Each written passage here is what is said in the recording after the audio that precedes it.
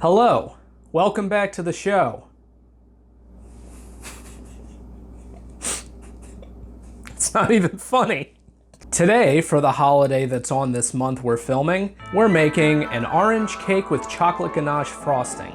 This recipe was bequeathed to me by Tiver Sweetgum, a halfling chef who's only known by a ghost.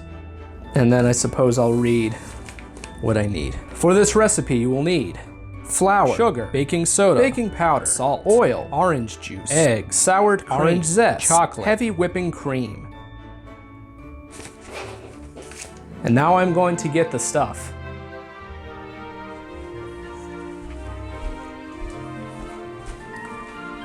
So here's the things. And here's everything already pre-measured. Well, except for the oranges. For the oranges, you could just go out and buy orange juice, but I've decided to use this citrus reamer.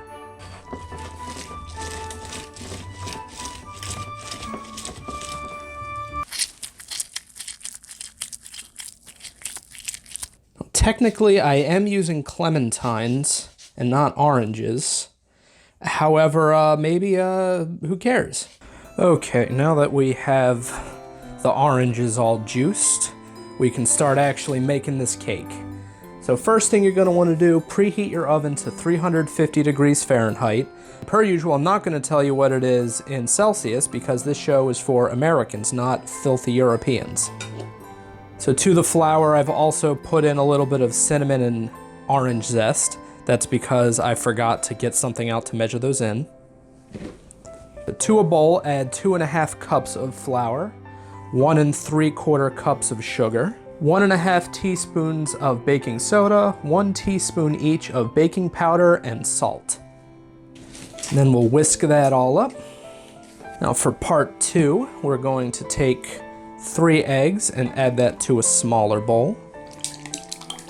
To that we add a cup of oil. I'm using half olive oil, half olive oil, and 1/2 canola.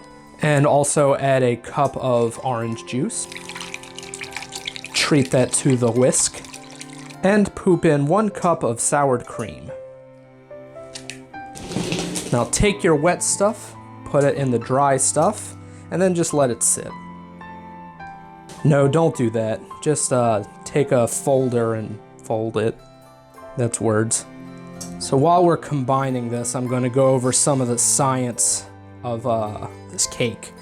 The reason we're using oil instead of butter is because we want this cake to have oil in it instead of butter. Once your cake batter looks like this, you're going to want to stop mixing. In all this excitement, I forgot that I tucked the apron into my pants. Once your batter's mixed, you're going to want to take 2 cake pans that are precise. Thank you. Now remember, neither nothing nor no one is stopping you from doing this properly and cutting out some parchment rounds and rubbing everything down with melted butter. However, I'm not doing any of that because I don't want to. Once your pans are lubed up, you're going to want to divide the batter evenly into the pans. If at any point you screw up this recipe or feel like you've done a bad job, remember, don't sweat it. It's not that big a deal. If you make an entirely different cake and everything goes fine until the last minute when you pull it out of its pan and it falls apart, that's okay. So now we're going to take these cakes and put them in the oven for 20 minutes. While the cake is baking, we're going to make ourselves an authentic chocolate ganache, or as the French call it, a ganache. To make the ganache, simply take 8 ounces of heavy cream and cook it under low heat. Once the cream starts to simmer, maybe around like 180, 190 degrees, immediately take it off the heat and pour it on 8 ounces of chocolate. I forgot everything. Give the chocolate and cream a thorough whisking until it eventually comes together into this smooth chocolate ganache. Ganache. So when I said 20 minutes, I meant maybe closer to 25. I'll see you in 5 minutes. So it's 5 minutes later. Now that they're cooked, we need to let them cool. So I will put them there, and unlike the last cake, I'm actually gonna wait for these to cool before taking them out of the pan. I will see you later again. Okay, so it's been about 30-45 minutes of the cakes being in the fridge. They are cool to the touch. Before we do anything with these, we gotta do something with the ganache.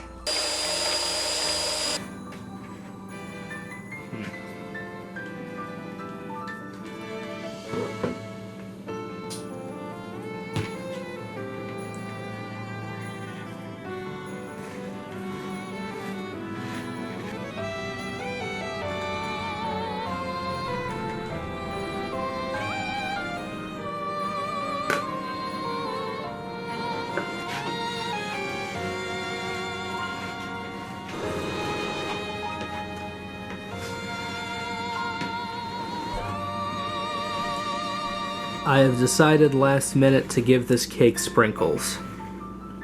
I kinda regret my decision.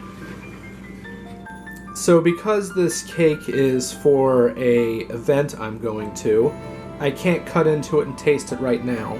But because I know that sucks that there's no taste test, I've decided to use the scraps to make a rough approximation of what the cake should taste like. So here to taste the cake is me and the hands of my lovely wife.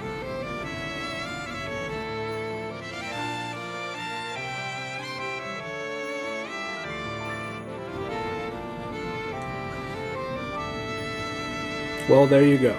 One wife hand up. Wife thumb. Wife thumb up. Goodbye.